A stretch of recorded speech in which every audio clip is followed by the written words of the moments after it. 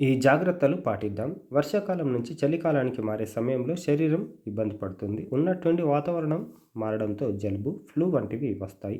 దీంతో పాటు ఉష్ణోగ్రత, తేమలో మార్పు కారణంగా బ్యాక్టీరియా, వైరస్ వ్యాప్తి ఎక్కువై ఆరోగ్యంపై ప్రభావం చూపుతుంది. అయితే వాతావరణంలో మార్పులు ఇయర్ ఇన్ఫెక్షన్ ముప్పును పెంచుతాయని నిపుణులు చెబుతున్నారు. చెవుల్లోకి గాలి చొరబడి చెవి నొప్పి, స్వల్పంగా వినికిడి సమస్యలకు దారితీస్తుందని వివరిస్తున్నారు. మరి ఇలా ఎందుకు జరుగుతుంది? వాతావరణ మార్పుల వల్ల కలిగే చెవి ఇన్ఫెక్షన్లకు ఎలా చెక్ పెట్టాలో తెలుసుకుందాం. చలికాలంలో తేమ కారణంగా జలుబు, దగ్గు, ఫ్లూ, ముక్కుదిబ్బడతో పాటుగా చెవుల్లో వైరస్, బ్యాక్టీరియా చేరి అసౌకర్యంతో పాటు నొప్పి రావడం కామన్.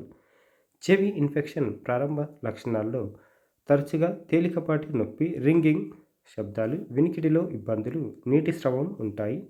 పిల్లలు, వృద్ధులు, బలహీన రోగనిరోధక శక్తి ఉన్న వారిలో ఇవి మరింత ఎక్కువగా ఉంటాయి. దీంతో కొందరు తీవ్రమైన నొప్పి, తల తిరగడం, చెవిలో నిరంతరం భారంగా ఉన్నట్లు ఫీల్ అవుతుంటారు. మరోవైపు ఇన్ఫెక్షన్లతో పాటు వాతావరణ హెచ్చుతగ్గులు చెవిలో గులిమి పేరుకుపోయేలా చేస్తుంది.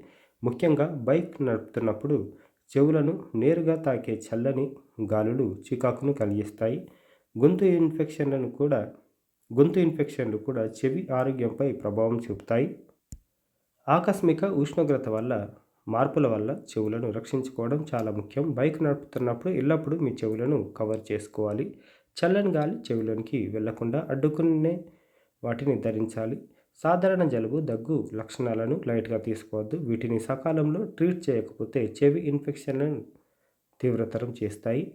చెవుల్లో పేరుకుపోయిన గులిమి వల్ల అసౌకర్యం కలుగుతుంది. అయితే ఈ గులిమిని తొలగించడానికి కాటన్ బడ్స్ని అతిగా వాడకూడదు. వీటిని చెవి లోపల వరకు చొప్పించడం వల్ల సున్నితమైన భాగాలు దెబ్బతినే ప్రమాదం ఉంటుంది.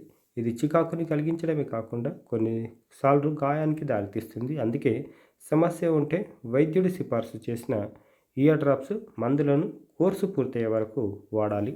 స్నానం చేసేటప్పుడు వీలైనంత వరకు చెవులు తడవకుండా చూసుకోవాలి. లోపలికి నీరు వెళ్తే ఇన్ఫెక్షన్ మరింతగా పెరిగే ప్రమాదం ఉంటుంది.